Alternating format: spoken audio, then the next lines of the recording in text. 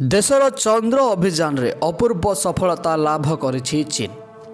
प्रथम थर पई चंद्र रे चीन रो महाकाशचारी माने चारा लगैबा सह एहाकु 9 दिनरु अधिक समय बंचाई रखिथिबा दाबी करिसंते।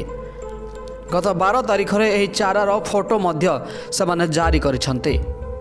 चोंगक्वेंग विश्वविद्यालयर गवेषक माने कहिसंते जे परीक्षामूलक भावे चंद्र रे चारा रोपण करा जायतला और यह बंचिबा सह बढ़ुची।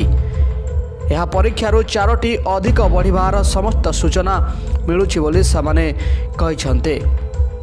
गत सप्ताह रे चंद्रर अपर पार्श्व महाकाश यान अवतरण करा जाइबारे विश्वर प्रथम राष्ट्र चीन आगको आहुरी 4टी अभियान रो योजना रखिछि।